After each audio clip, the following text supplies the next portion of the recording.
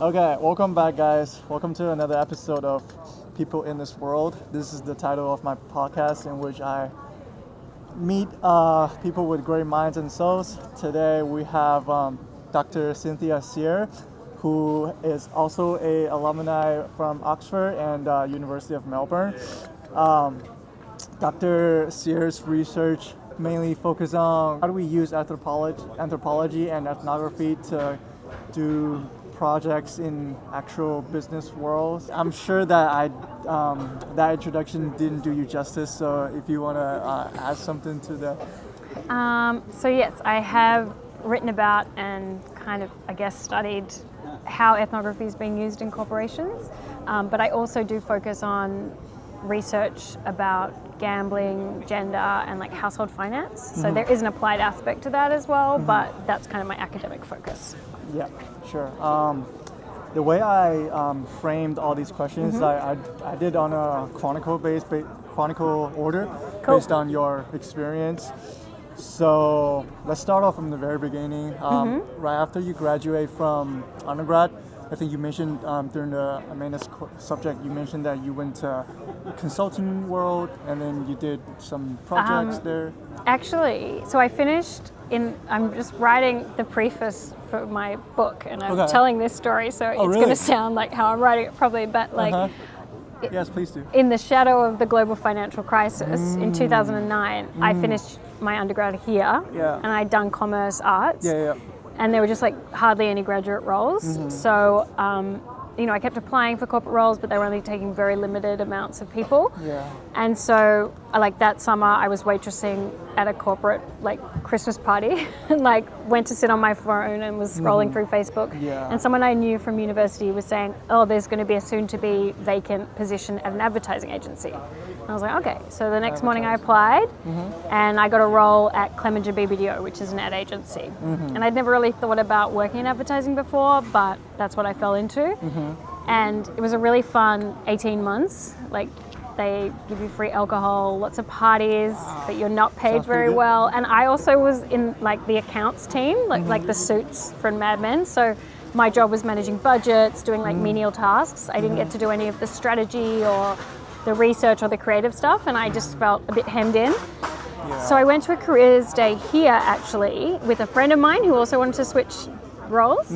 And there was like a little booth for this agency called Forethought, which is consumer research. And I was like, well, okay, I'll try that out.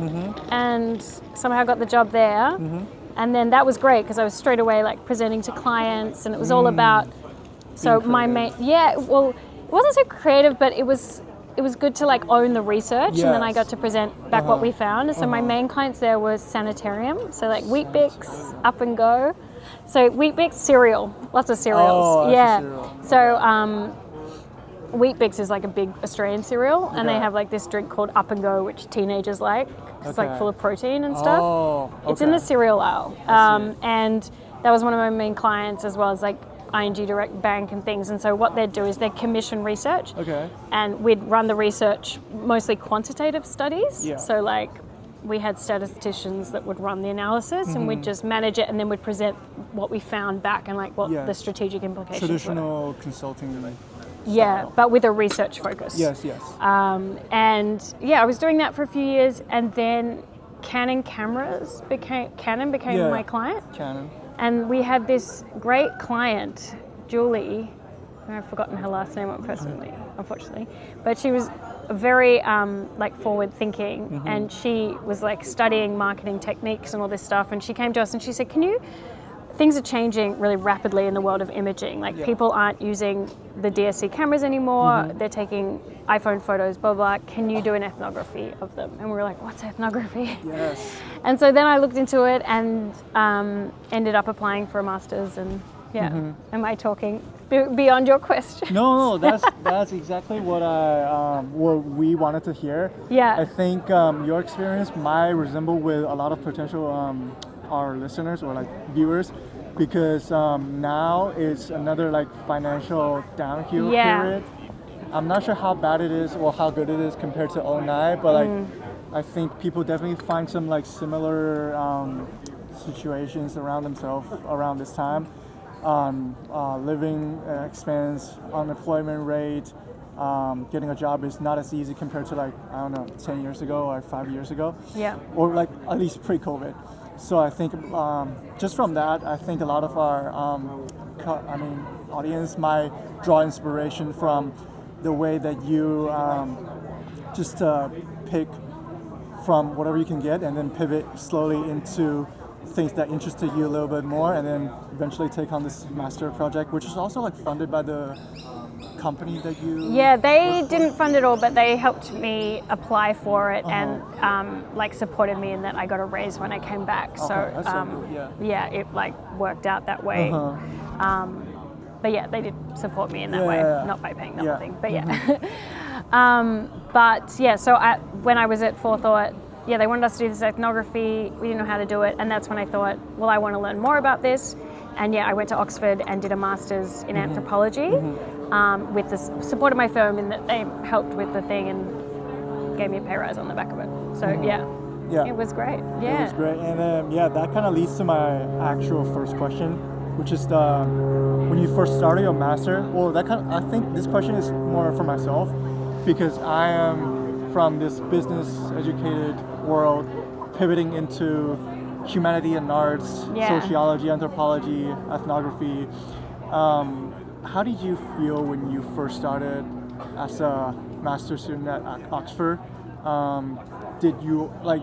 Was it like your peers all from anthropology, or they came from various backgrounds? Yeah, I mean, it's interesting thinking about this anthropologically, because the habitus, the way that you move yourself in the world for a corporate world is very different from an academic world, and so that was the big tell. Like, I'd been used to presenting and dressing a certain way, and then when I went to do the masters, everyone was from everywhere in my course, but most people had been students the whole way through, and so it was a very people were really dressed down. It was just such a different culture to the business boardroom, and I felt like a fish out of water for sure. And being a business graduate and having worked in advertising, consumer research, consulting, I felt like I seemed corporate compared to them, who seemed more like social justice vibes. You know what I mean? Pristine, more like, kind of like a neoliberal figure. Yes, I do have the same like thing. Not in a good way. I was like, I feel like I seem really corporate, and they seem quite cool and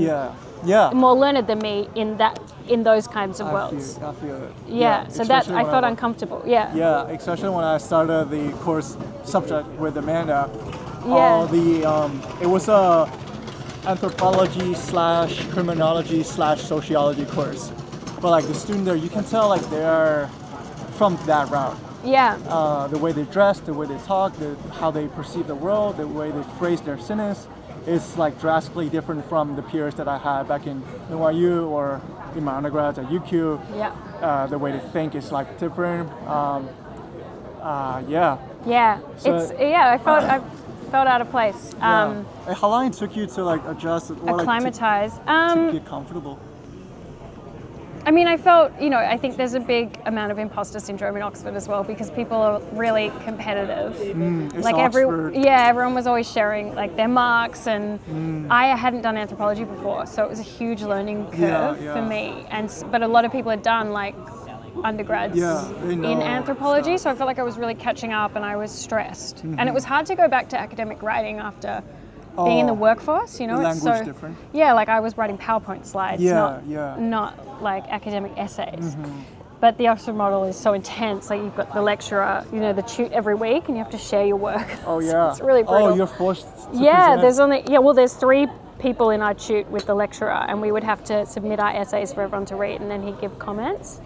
And it was just like, there was just so much I had to learn in that year that it was kind of overwhelming at points. Was it a 1 year or 2 year? It was only 1 year, but intensive, And you had to do a research piece, and you had all these exams. That's so tough. So it was intense, but it was great. I mean, I learned so much. Like, it did completely open my mind and change my worldview, and I've made lifelong friends from all over the world. So it was the best thing to do.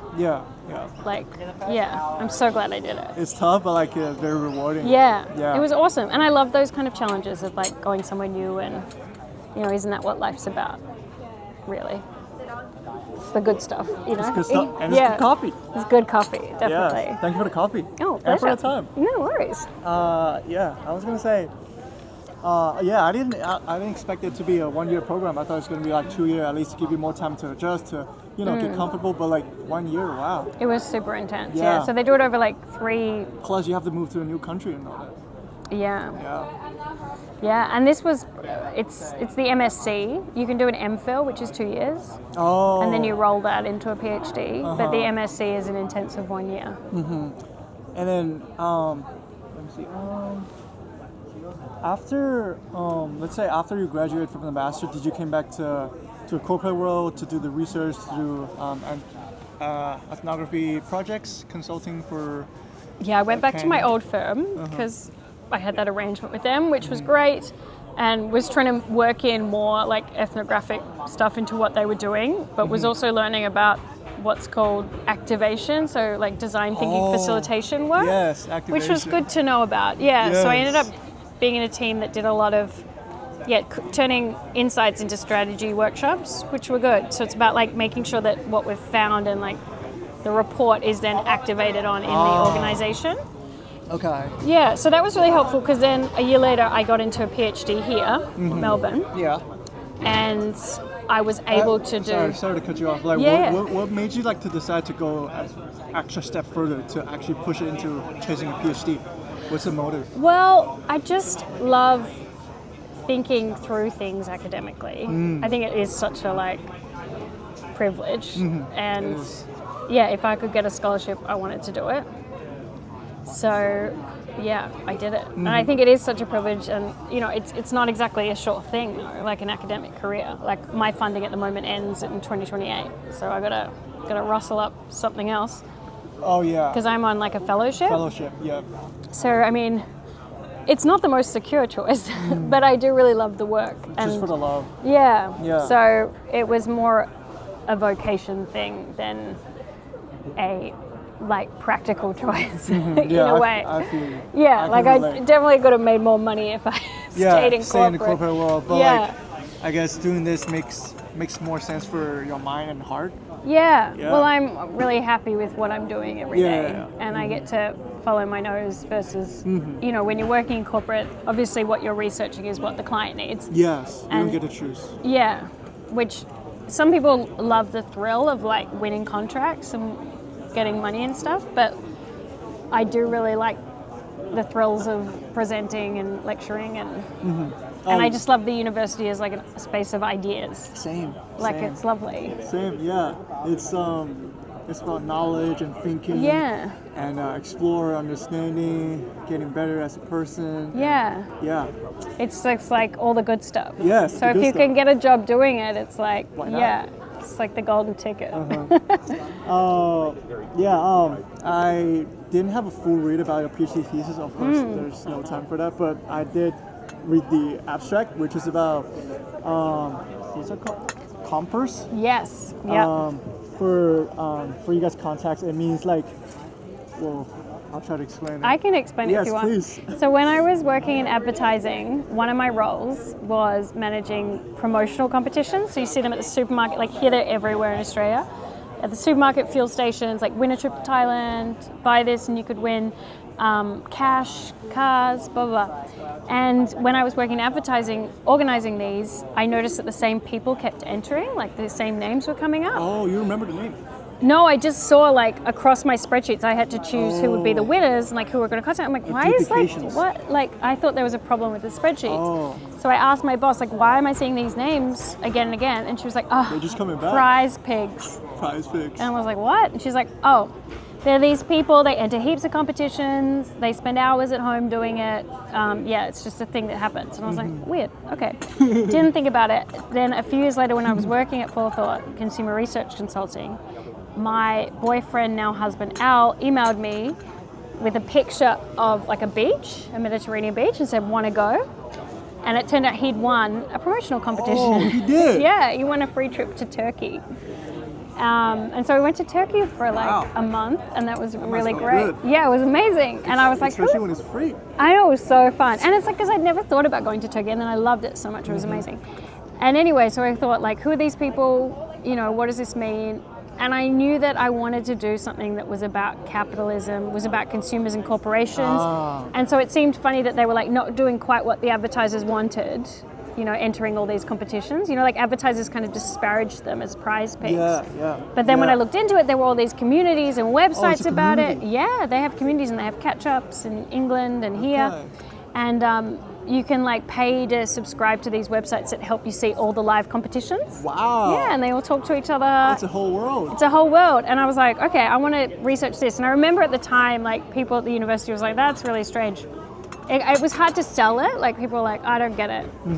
But I was lucky that my supervisor was like, just go for it. Like you're obviously interested in it. And it's interesting that you've got that advertising background. Yeah. So I went into it, didn't know what I'd find. And then, you know, now it seems so obvious, but like it's like kind of like a domestic form of gambling. Yeah. So the reason that people are entering these all the time is that you get these thrills and like hits and wins. And so, yeah, I didn't think I'd work on gambling, but it's a big part of it. And like, kind of my book is actually about how these thrills of gambling, like they don't just animate casinos. But they do the stock market, they do your job prospects, they do your dating. Like, so it's like gambling is everywhere in different ways. So it's kind of like mechanism is everywhere, even though it's not presented as a form of like actual gambling, but it's exactly, yeah. So the same like emotive benefits and like cultural ways of thinking about gambling have extend way beyond what we think about generally. So when I was talking before, like I don't know if the listener picked up, but I was like, that was my golden ticket and like the thrills of presenting. So kind of the way I think about people's enjoyments in capitalism is related to gambling always. Like there's always this gambling spirit to capitalist processes. Yeah, which is very individualistic, it's very possessive, it's your chance to move forward into the future. And so I think that that's one of like the main seductive qualities of capitalist projects is that individual wins and like my chance to win, my chance to get this. And so, yeah, I wanted to make it, a lot of, you know, anthropology has looked at the suffering subject and dark anthropology, but I think what can be interesting as well is to look at, well, what keeps people resubscribing to things, like what motivates them and what animates them, because if we can understand those affects and emotions, like could we not use them for different ends? That's kind of the broader book. That kind of answers my following question, was like, I was going to ask, why did you got into research in gambling? I kind of fell into it. Because like gambling is obviously even beyond the range of casinos, like everywhere. Like the Kelshi prediction markets, there's just, it's really becoming everywhere. You know what I mean? There's this saturation of chances to win at the moment. Like, and it, by researching compers, the people who do this regularly and often, you can see why you do it, because it feels really good. Especially when you win. When you win, you got to be able to win. If you don't win for a while, you feel crap. So the wins are an essential part, and so it's kind of like this ongoing loop. You need these looping wins, and if people don't have enough wins, if there's not enough wins for everyone, then we're going to need a new system. You know what I mean? Capitalism will die in a way. Wow. If you don't have enough chances to win. So I'm trying to make it more a structural analysis of like chances in life and chances in competitions, you know? If you don't have a chance to progress, if you don't have a chance to feel like you have wins, then you're not going to keep subscribing to this system, are you? That actually reminds me of what's going on in China. I'm by no means trying to throw shades on my country, but like our generation, my generation, I'm like 2000, I'm Gen Z. And a lot of my people in my age, it's actually a big thing.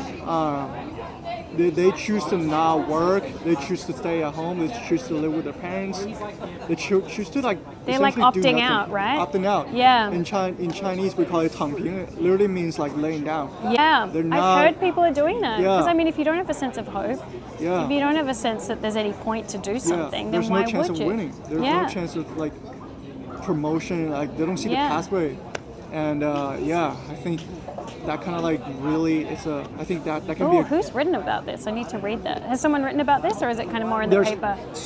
Definitely going to be so much research about this, but I can go look for some of them and send it back to you after this. But it's a huge phenomenon in China. It's because I have heard of this with young people. It's like, well, why? It's kind of like the housing. It's like, why bother if the actual wins that we associate with the society aren't there? Like, they don't even want to try because like So that definitely reminds me of that. There's no incentive. There's no room for them to express themselves, to win, to create. This loophole it's not as promising as it used to be, so people don't even want to try in the first place. Oh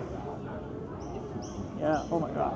Oh yeah, I actually want to talk about, could you share a bit more about how you actually did that research with the, no matter with the compers or later on with the gamblers, like how do you approach them? How do you get involved, like stay around? Well, it's hard. I mean, I signed up to some of the comping websites and then they had some in-person catch-ups, so I went along to them, and then I met some people, but they were a bit like, irked out by a researcher. It's like, what are you doing here? And but then I kind of befriended the head of one of the websites, and he was very popular with the community. He's kind of like a gatekeeper. Yes. And he posted a photo of he and me hanging out, and then I was kind of normalized. Yeah, and people were like, okay, I'll chat to you. You know what I mean? Cool. Like I got, so it was really helpful to find it in. From the gatekeeper. Yes, and I went to England as well and studied it there too. And same thing. I met the gatekeepers, like the big famous compa Di Coke. She's on the BBC all the time, and she has a big online community, and so she said, hey, Cynthia's doing research, and then lots of people were more open to chatting to me.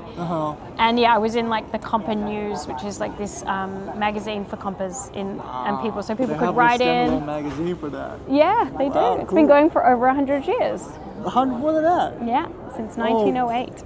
Yeah.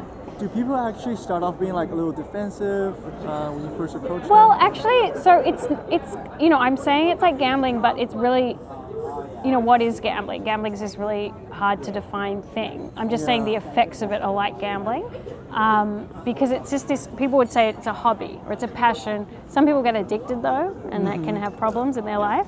But, it's a practice that is obsessively governed by gambling legislation because it's a trade promotion. Oh, okay. So I'm very interested in this guy, Adrian Patelli, at the moment. Have you heard of him? No, not really. My algorithm is filled with him because I've been thinking about it. He has set up like a members lottery syndicate, and it's kind of using the trade promotion laws, which means that you don't have to pay a lottery license to offer lottery-like things. But it's slightly dodgy and he was taken to court in South Australia for it because he kind of like leans more to the chance to win versus what the product benefit is. So usually if you're doing a trade promotion, like if Mars Bars does, win this trip to Thailand, they'll just do that for like 6 weeks. And the main thing is to boost sales for the Mars Bar, right? But his syndicate is like your chance to win, your chance to win, your chance to win, and you get some benefits of like consumer benefits on the side. It's kind of like the weighted is more about the chance to win than the consumer benefit. Okay. Does that make sense? Yeah, I see. I mean, he's only been taken to court and he was fined in South Australia. Okay. But it seems like an ambiguous space in the gambling legislation. But anyway, now he's been very clever, and now he's more experienced. Yeah, so now he's opened a fuel station in Preston. And it offers like 50 cents per unleaded, and by contrast, like most of the time it's like $1.70, right? And we're in a fuel crisis, so sometimes unleaded is like $2.50, but you have to be a member of his syndicate to buy the fuel. Okay. And he's got like a huge following in certain areas of society. So I'm just really interested in like how gambling legislation gets loosened and loosened over time, and these synthetic chances to win, I guess you'd call them, crop up everywhere, particularly in times when, anthropologists have shown in other contexts that when inequality is rising, gambling goes up, because people want these chances to win out of it, Yeah, and people want like more, I guess, this little... hits of... Yeah, exactly.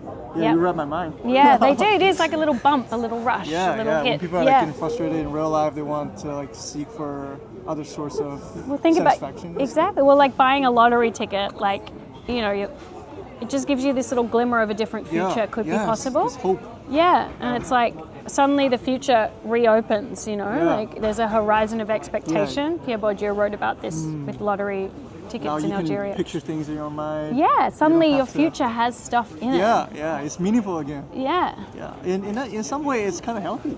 Well, that's what I mean. I think in some ways, like, I don't know, is that unhealthy? The thing with anthropology is you can be quite ambivalent. Like, I'd never want to legislate away from competitions because compers love it. Like, I feel terrible if they didn't have these competitions anymore. But it's a real gray space. Like, to what extent is this good or bad? Yeah. I don't know. I guess it depends on like, it's a spectrum towards which way you're leaning. If you're leaning so much towards the gambling, losing control, it's definitely unhealthy. But like, if you can, somehow find a sweet spot, it's good. Yeah. Yeah. Definitely. Lovely to know about that. I didn't know there's so much thing going on behind this. I'm deep in it at the moment because I'm finishing this book. The book? So yeah, cool. Stay tuned. I'll let you guys know when the book is out. Please. I'll stay tuned. I actually want to talk about how do you manage to. Wait, this one is actually about the paper that you talked about during the subject. Oh yeah. How you feel like the noble anthropologist somehow. Well, I don't know how to say it. Like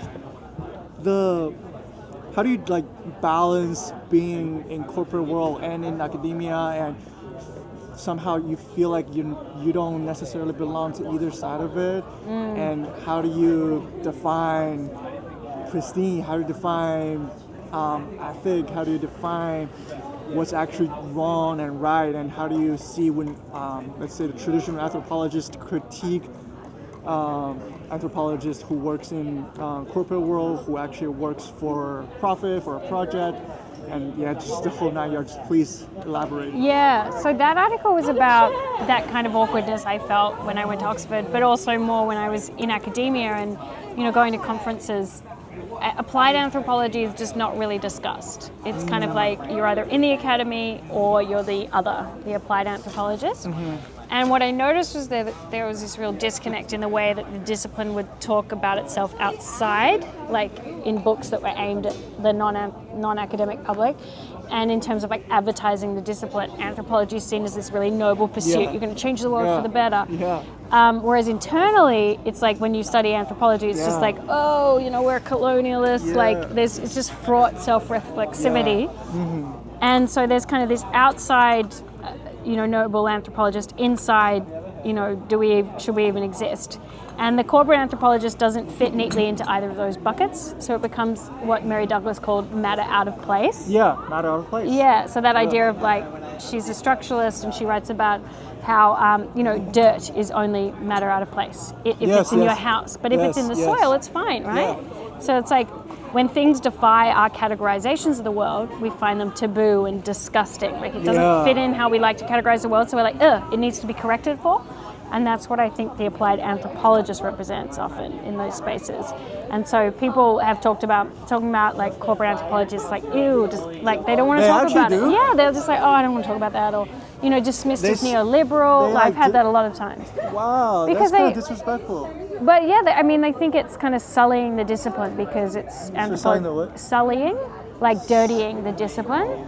It's kind of a sullied position in a way. I don't see it. Like, I'm not with them. Well, because there's so many dark stuff about the so-called noble anthropology. Yeah. They're not as clean as no way. But if be. You read Tim Ingold's book, Matthew Engelke, Gillian Tett, Veronica Strang, it's a very to the outsider. It's like, what's an anthropologist? They do this because they care. And there's, they're heroes and activists, and I like that image too, but it's not particularly truthful of what the inside of it is. Yes. So, to some extent, they frame themselves like that to... Well, they think it's going to get them likes. It's a positioning that as an ex-marketer, I don't know, does it work? Oh, for me, did it? Okay. I'm not familiar with anthropology until now. Yeah. I'm still trying to figure out what it actually means. So for me, when I heard about anthropology, when I heard about there's a certain level of charm behind this. So I guess to some extent, at least it worked on me. Okay, yeah. I do have this filter when I heard about this and this and that. Oh, you're anthropology, wow.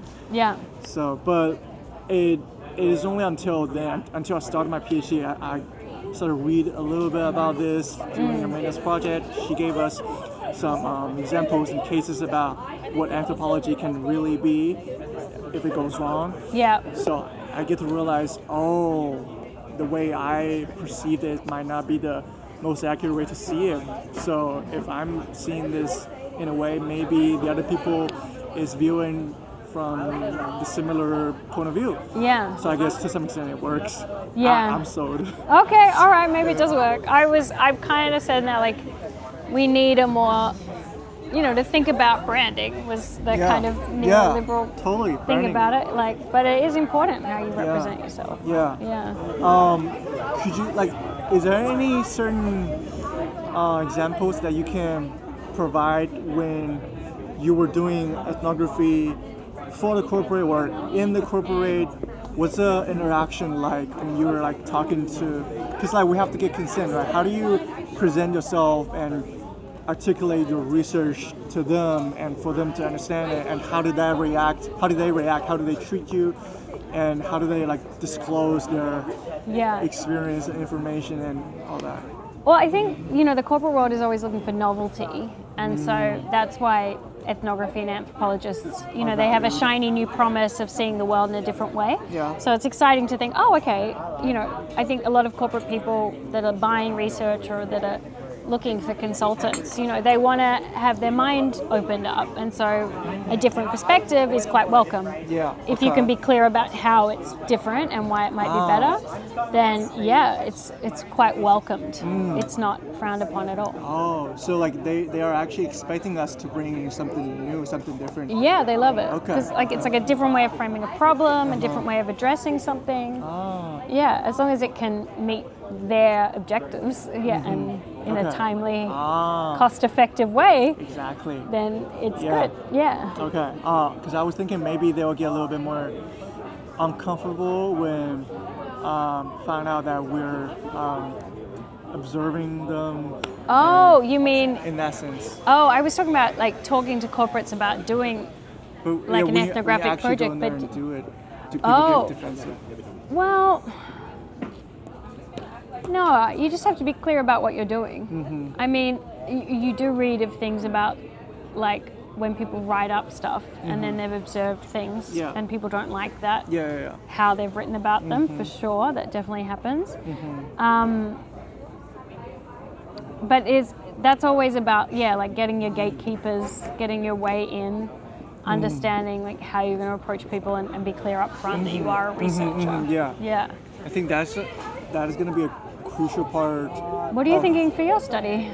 Well, for me, I have this positionality that kind of make it easier for me because I'm an international student. I play sports, so I do it anyway. Even without doing this research, I still go out and play sports. Now I just play sports with this mindset to understand how other people feel and make sense of their experience. So I think my positionality definitely make it easier for me. We share totally common grounds. I am somewhat good at the sports that I play, so that kind of helped me to gain some sort of prestige. So it makes it easier when I communicate to people. But like I said, I just started my 3rd month. I'm 9 months away from actually starting to collect my data. Things will for sure change at that time. For sure, a lot of things will turn out differently. So I'm looking forward to it. It is really hard break. I mean, maybe not for you because, you're already probably interacting with the people that you're going to talk to. But if you are going into a space like I was with the Compass, where you didn't have a prior relationship, then that is difficult. And my advice would be gatekeepers, slowly. Some people just don't want to talk to you, that's fine. You know what I mean? You kind of just have to go with what you, and it can take a long time. I know some people have had difficulty doing ethnographies because they just can't get in at all. I can't imagine doing stuff outside of sports. that's why I picked sports. Well, that's a good idea because you're also like you're doing it as well. Like you are participating, so it's actually I entered competitions as well, so that I was doing the participant observation where you do the thing that you're writing about. But I think that because you're embodied playing with them, that'll be really nice. Yeah. Actually, I can recommend you should read that book. Sordas, Csordas. It's about like boxing. The boxing book. Could you spell it again? It's Csordas. I want to say Thomas Sordas, but I don't know if I've got the first one right. I think at least 3 people mentioned it. Yeah, at it's this really time. good. The boxing ethnography. Yeah, and he joins a boxing group. Yeah. Yes. That actually made me think about to start boxing. If my wrist is not injured. Yeah. But we'll see. I have 3 years to heal. That's a really good. Have a read of that. Yeah. I read it years ago and it was really beautiful. I should definitely get on that. I'm currently reading this basketball ethnography. Oh, cool. Because it's my sports, so I prioritize that first. But that is right below my current reading list. Yeah. So I think sports are a great topic. Yeah. Because it's embodied and it always captures so much more than what it is. Yeah. Cool. Yeah. Let me see what's the next question. We'll talk about that. Yeah. When some people criticize, when some anthropologists criticize corporate anthropologists not as being pristine or ethical, what do you feel about it? And then how do you define pristine and ethical? I want to hear what you think first, and then we'll see. Yeah. Well, the people that have critiqued it have often been in very privileged positions, like who are at the top of their game. They might be like professors. They can afford to be. Yeah, they can afford to be more clean. Yeah. But so I think there's often a privilege there, being able to say, oh well, that's not how I do ethnography because I have more time and I do proper studies and I don't have to do it for the man. But it's like, well, you're contingent on funding, and I'm sure you're not a pristine space, and the discipline's never been pristine. And in terms of the ethics, as I wrote about in that article, I think about it a lot, and there needs to be more disciplinary discussion about it. Right now, so much of the ethics has been reactive to public scandal. That when they've updated ethics guidelines, it's often been in response to a public scandal about anthropology. So in the 70s, it was anthropologists were in Vietnam. They were acting as liaisons for the military and not doing the best by their informants. In the year 2000, there was this big hoo-ha, huge scandal when a book came out, and it was Darkness in El Dorado. I don't know if you've heard of it. How scientists ruined the Amazon, and it was about I heard about it. Yes, but I didn't read about it. Yeah. An anthropologist, Napoleon Chagnon, was accused of giving measles to his informants. Yeah, that was insane. Yeah, it was insane. Big scandal. Yeah. And so that prompted a revise of the ethics so that it was you're not paternalities, it should be collaboration with your informants and a more dyadic relationship. And then another scandal happened in 2008. There were these human terrain teams from the US government, and they employed anthropologists in Iraq, to work in Iraq. And in the Middle and across the Middle East to understand culture, so that then they could use that for military ends. And so then that was a big scandal, and that prompted another revision of the ethics guidelines. This is talking about the AAA. So it seems a lot of the time it's reactive to scandal rather than actually thinking proactively. Yes. And also as a corporate anthropologist, if nothing goes wrong, we're not changing it. Yeah, exactly. Or it's we won't think about it because it's we don't want to. And so with the corporate anthropologist, lots other people have written this. They feel like lone ranger, lone wolves that have to go out and make up their own ethics, everything. Oh. Yeah. Oh, you have to Well, I have my own ethical calculation going on. Obviously there's research guidelines. But I have been approached to do gambling research from industry, and I said no because it didn't wash with what I did for my PhD. But there's no one stopping me. Yeah, if you want it's an internal. Yeah. It's an internal policing.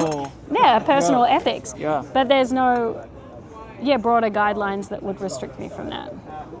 It's how your own understanding shapes you from... Sorry. No, that's okay. How your past experience shaped you from preventing you to make the choice that you might regret in the future. Yes, yeah. And although sometimes it might be okay if looked at from a ethical rule book standpoint. Yeah, well, the ethics at the moment are like doesn't prevent probably you to actually doing doesn't it. cover that. Yeah, it'd just be like, okay, like as long as you're not, you've considered the funding and all this stuff, and yeah, so it's just not as clear, and I think it's just not as at the forefront of people's minds, and it probably should be. Yeah. I think ethic, like stuff like this, ethic with justice, like these are like forever contested grounds for people to chime in. So leave a comment in the comment section down below on how do you define ethic. If you are a researcher, a scholar, or considering to get into sociology and ethnography, anthropology, let us know what do you think about it. Yes. Moving on to our next question. Let's see. When you were doing ethnography, participation, observation, writing on stuff, do you feel like you are not making a level of impact as concrete as you want it to be? Do you feel like you are more there to observe but less effective in terms of creating change? Yes. And how do you come to, like, how do you deal with that? Yeah, so I think my work on promotional competitions is testament to that, because I'm not advocating for competitions to change, like I don't have a strong legislative argument that comes out of this. It doesn't have like a pointy end to say, and this is where the law needs to change for this reason. It's more of a, people should see this in a different light, and I can throw out some questions to people, and hopefully by reading it they're going to think about the world a bit differently, and it will inspire other questions and other ways of thinking. But often anthropology can give rise to neat little things that need tweaking or changing. But sometimes it is shining a light on something people haven't thought about, and like reframing a perspective. And that's like, this is the problem with like outcomes, sometimes change is incremental and you don't really know like the power of an idea over time.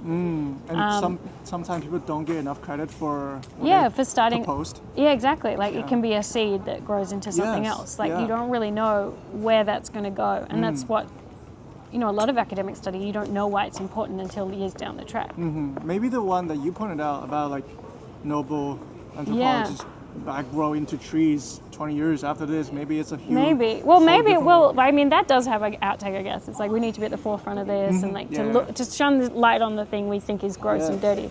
So maybe that is more pointed. I mean, generally when I do an article, it's probably more pointed, but in a book, I think you're often with ethnography wanting the reader to feel something and like to see the world anew in a different way, you know? Yeah. And so that's... They will.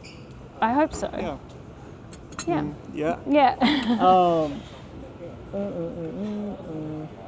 This question also, for myself, I guess, when you get trained as an anthropologist and then you're so good at doing ethnography, so good at observing, understanding, feeling, do you feel like sometimes this carry over to your life where you feel like I can't stop noticing patterns, I can't stop feeling things, even though sometimes you don't want to do that? This nuances, this power dynamic, this injustice, this inequality, just everywhere you go, this becomes the thing that you notice to the extent that it starts to bother you and feel straining. Does that ever become a problem for you? I mean, I think a lot of people at the moment feel down about the future. There's a lot of... In general. Yeah, like crappy shit. Like, let's be honest. I think like most people, I feel that the future isn't as sunny as it was for multiple reasons.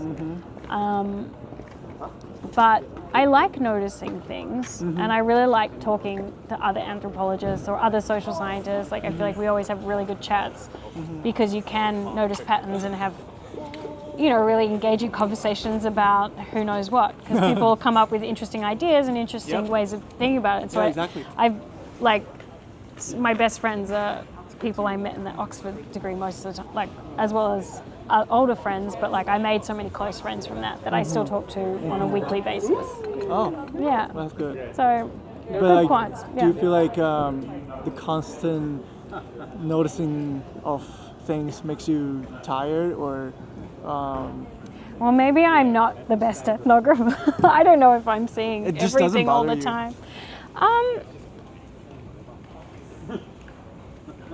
I don't know. I think probably not. No.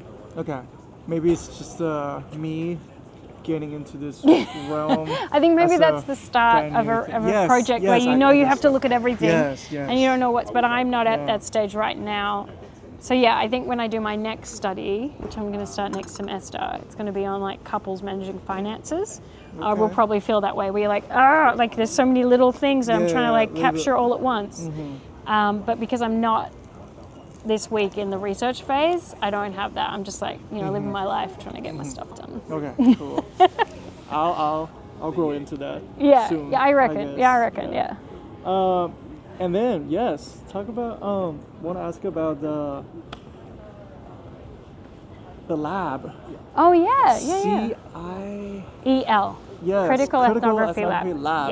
Yes. Yes. And you are the co-founder, co-director. Co-director. How does that come into being?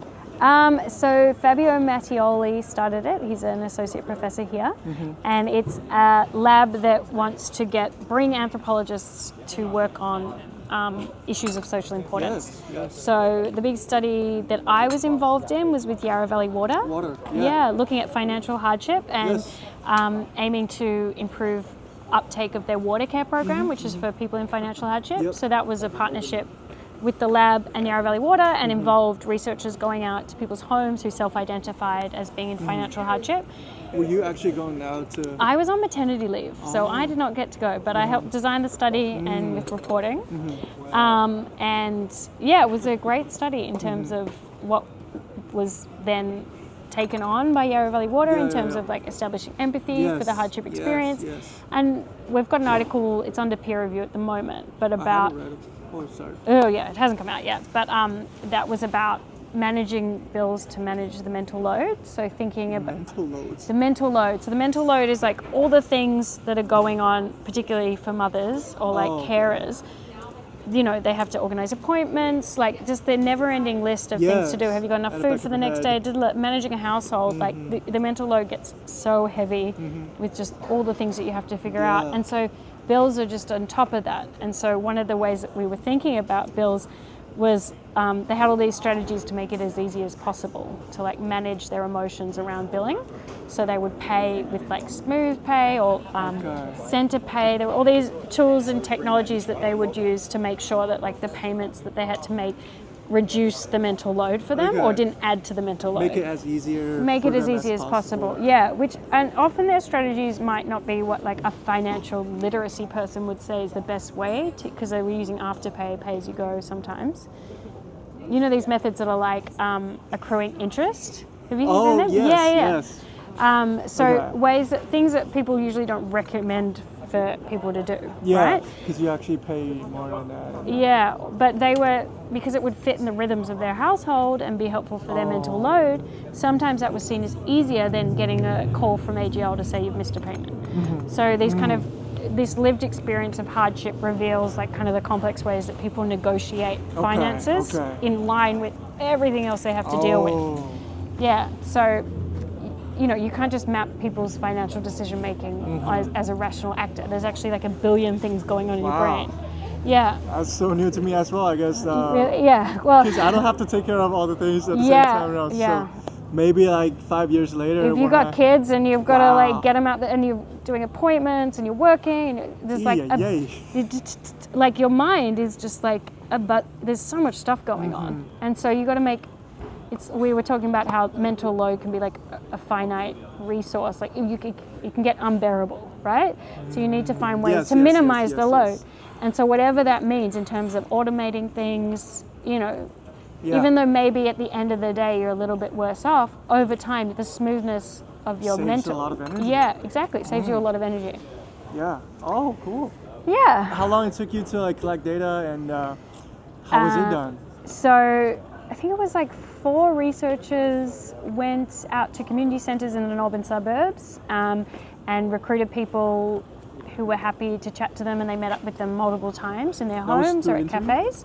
Yeah, interviews and like ethnographic interviews. So that builds in like observations, so often like a house tour or a build tour, biographical questions, ways to kind of like move beyond a superficial question-answer format and like understand lived experience.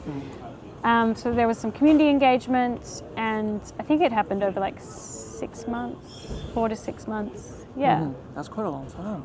It just took a long time to recruit though, because it was done, through community centres. We wanted people who self-identified and were happy to do the research. And also because these people are really hard to get a hold of on other ways. Like they weren't answering their emails, or like they're not. If they're not on Watercare, it's because they're not looking at the bill. So we couldn't really advertise on the bill. Like you had to go out to where they were. And find them. It's hard. Wow. Yeah. Yeah, I was thinking about like the actual scenario when you guys are collecting data from those people. Last section about AI. Right about the part when you talked about synthetic data. Yes. So there's an article out in Pursuit about that. So synthetic data is a lot of companies are using it now, and it's basically aggregated data sets using algorithms to make up quantitative things about what a population looks like or what a person looks like. So they could make a synthetic double of you. If they train it on enough data points, we can have someone to ask questions and they can answer as Alex. But they can probably reproduce this podcast. That's the thing. So synthetic data is like hailed as the new holy grail for consumer research. But the problem is that in many ways it's better like to get a grounded understanding of people, and you're also creating connections with those customers. Exactly. So I see, and also Gillian Tett's written about this, like it's a really good time for social scientists to, it's actually like everyone was like hire STEM, do STEM, and like learn how to do stats and coding. That's my next question. I'll get to that. Now it's like, well, actually the machines can do stats and coding really quickly. What they can't do is hang out with people and observe things. Real human connections. Yes, real human connections, and real human and like more zoomed out thinking. Like it can't just be, just doing a process and like learning about stats and modeling and things. Like the computer can do that. The computer can't.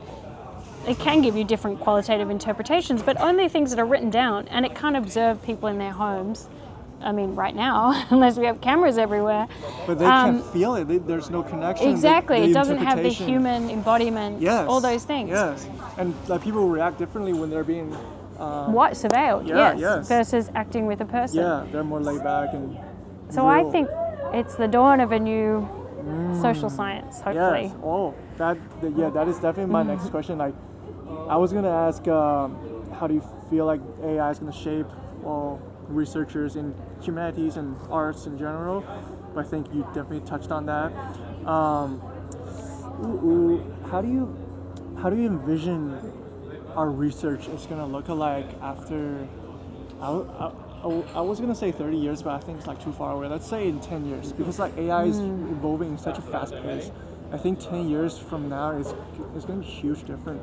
How do you envision our research going to look like, and how our values and positions in this society is going to be shifted? Yeah.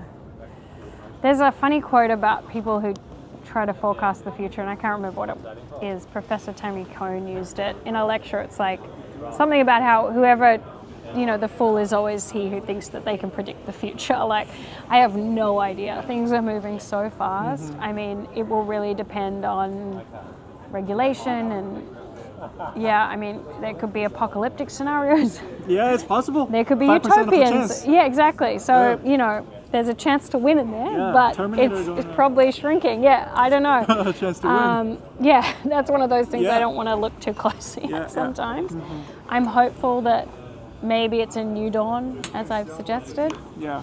but it's a hope at the moment. So we're gonna stay positive. I guess so, yeah. Circling back to the STEM thing that you mentioned, this is also my perception about my own country, China. So I don't know what it looks like in Australia now, but in China, a lot of humanities and arts programs are getting shut down, being dismissed. Yes, yeah. Is it similar in Australia as well? Yes, definitely. Yeah. What's your take on that? Do you feel I think like it's really short-sighted, and it's often driven by conservative interests that don't like the arts, because you think critically and you think about new ways of organising and seeing the world, and powers that be probably don't want that. Yeah, no. Yeah, which is a very limited short-term view. Yeah, I they think want people who can know the skill and get the job done and stop asking questions and Well, the problem is though that those kind of jobs are easily automated. Yeah. So we need to push higher for human flourishing, and I think the social sciences has that potential, the arts, creativity, not, automate them. Yeah, I agree. It's just going to be a loop. It's just trained off what we already have. There's no new things, new perspective, new understanding, new feelings integrated into the decision-making process, I guess. Kind of made me think about... I heard that anthropologists were a good role in China at the moment. Is that anthropologists are kind of respected in China? Are they? I don't know. Isn't there? Who's that guy who did the Achievement Society?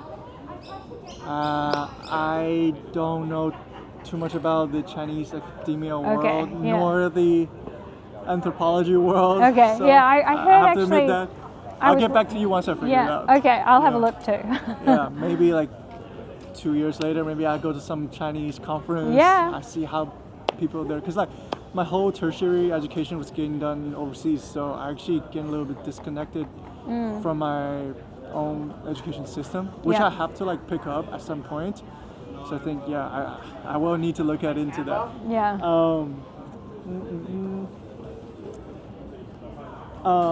How do you feel one last question about AI? How do you feel because AI is apparently unstoppable by any means, instead of seeing it as a competitor, how do we use it as a collaborator? How do we use it to empower our research? Especially when we are thinking about doing projects for corporates, that's where a little bit more technology can come in compared to doing traditional anthropology. How do you think, how can we harness this AI thing instead of getting kicked out? Yeah, to be honest, I don't really know. I do know that there are problems with widespread adoption of it, because widespread adoption, because with AI, I was talking to someone who, you could get it to write a book for you. Yeah. But if you haven't learnt what a good book is, or you haven't read a lot of books, then you don't know if it's any good. And so you don't know how to prompt it. So if people are growing up and they're just learning how to prompt AI, then that's just remarkably thin. They still need to know everything else. Yeah. So I just find it, I know students are using it a lot and people are using it in the workplace a lot. But if you don't actually have the way to critique it, then, what are we're just going to have more thin knowledge. It's not we're not gonna be able to learn from it. We're gonna be subsumed within it I like that. in a way that I don't think is good. No, it's not. Yeah. I actually, personally, I'm not really sure of the benefit of having AI available for everyone to just use. I mean, they say a high percentage of it is just used for mental health stuff. A lot of people are just people are I've had a fight with someone, what should I do? I don't know if releasing this kind of technology for public consumption is a good thing. Oh, really? How is it bad? Why is it bad? Because, people aren't turning to proper therapists, they're just talking to a machine. They could have went to friends, which is real human real human connection. Obviously, it's going to create new porn opportunities, for men. It's just, it's going to... we know now that social media is addictive. It's not like it was a good thing that it came out. Technology is not always progress. And so I don't know if this is a good one. Like I can see maybe for data analysis, for medical things, like, you know, maybe there's uses for sure. Yeah, but I don't think, you know, running a mass experiment on the world is necessarily a good thing. And also like the people who own these platforms, like, are very dubious characters, like Sam Altman. Like, do we really want to trust him? These are not known as, like, you know, they think of themselves as God because they have created this powerful technology, but, you know, there's really not enough regulation, and most experts would agree, there's not enough care at the moment with how it's rolled out, and I don't think it's a good thing that it's just available everywhere. And the regulation's not developing in a speed fast. No, it's so behind. Like, we're knowing now, you know, with the social media ban, like all these technologies, that doesn't mean it's good. Australia for doing that. Yeah, I know, it's great. Yeah. I mean, I know there's all these ways around it, and now it's capturing more data on individuals, I think, because you've got to put in all this stuff if you do go on it. But True. I just think that it's a big experiment and it might not end well. No. Yeah. Sounds like if you have a chance to go back to live in the 80s, would you do so? Well, they say that, like, overall everything's better now in terms of health outcomes and, like, quality and stuff like that. Yes. But then, I don't know, it was probably a more optimistic time. Whereas now it does seem like the vibes are that the future is not as sunny as it was, you know? You mentioned that like a few times during this conversation. Could you unpack that, be a little bit So more? I'm very interested in, like, how you imagine the future and the present, right? Yeah. And, like, you can do research about people's ideas of the future. Yeah. Because obviously it's this indeterminate space. And yeah, I do think over time people have very different orientations to the future. Yeah, they do. And right now it's quite a dark one. Oh, yeah. Yeah, when you think about the funding cuts, the war, unemployment These rate. algorithmic, like, you know, even social media is this weapon, like, that can divide us so profoundly. Instead of actually bringing us together, which is the original Well, that's what they said was the original intention, but then it's actually just to sell us stuff, you know. True. And so I do wonder with, like, all this new AI stuff, it's like, well, social media, meant to connect the world. It's just so we can advertise better. ChatGPT meant to improve knowledge. It's probably just going to be so people can sell you more stuff, you know. Like, it's just endlessly swallowed up by capital. You know, it's all about capital accumulation. Like, this logic is just fuels everything. And so I really don't think we should trust this technology carte blanche. It just seems really not really silly. Yeah, I agree. That's why I limit my social media usage. Yeah, and I think you have to limit your social media. I think you have to limit your I maybe felt healthier. It's been like I bought the brick thing, and I'm bricking. I'm still on it sometimes. It's called Brick, and you can, like, brick your phone. It's an app? Yeah, it's like this thing. I have it on my fridge, and I put my phone against it. It bricks all social media apps. Oh, really? Yeah. So I can't access them. Cool. And it's good, because otherwise you are just like... Yeah, I get drawn into that. Everyone does. It's so addictive. Tough. Yeah. I hate it. But, like, on the other hand, like, living in this era, it's hard to, like, truly get cleansed. Yeah. That's why you call it bad timing, I guess. Yeah, I mean, who knows? Maybe in a few years' time, it'll seem silly how we review. Who knows? I mean, that's the thing. Like, the future is imagined right now, but can always change, and we shall see. Okay, one last question. This is what I ask all my great interviewees to do. If you have a chance to say anything you want to say to the audience out there, doesn't have to be related to scholarship, like anthropology. It doesn't have to be about AI. Anything, like anything you want to say. What would you want to say to the world? I think one thing that's changed my life, and this is a very small hack, is just always reading at night, like a paperback book for, like, you know, the last half an hour before bed. You're reading a paperback book in bed, and I just sleep so well now. And that makes every day easier. And also, it just, like, means that your dreams are, like, filled with whatever the worlds you're inhabiting there. And I always make sure it's a novel. I don't do non-fiction or anything. Like, it needs to be something that transports me. And I think that yeah, that's really nice. Okay, cool. Yeah. That's very Sorry, practical. that's like quite an individualistic hack, and I would prefer it if I had do something structural to say. But yes, more regulation and AI Yeah. is the other one. Check that. Yeah. Yeah. Thanks for the time. Okay. Thanks, Alex. For the That was very interesting. I do believe. Oh, personally, I definitely benefit a lot from everything you said, and I hopefully believe that the conversation we had today will be beneficial for you in terms of deciding your future, choosing your path, pivoting, understanding what it's like to study or to work in anthropology, sociology, using ethnography as a method. How do you view the world when it's not as ideal or not as perfect as we want it to be? How do we, come to terms with it? But yeah, keep what do you call that? Like stay tuned for the book. So, thank you again for the time. Thanks, Alex. Yeah. Pleasure. So till the next time, guys. You have a good one. Bye bye. Leave a comment, subscribe, like the video, do whatever you know what to do. Well, we are very well trained for this digital era. All right, see you guys. Bye bye.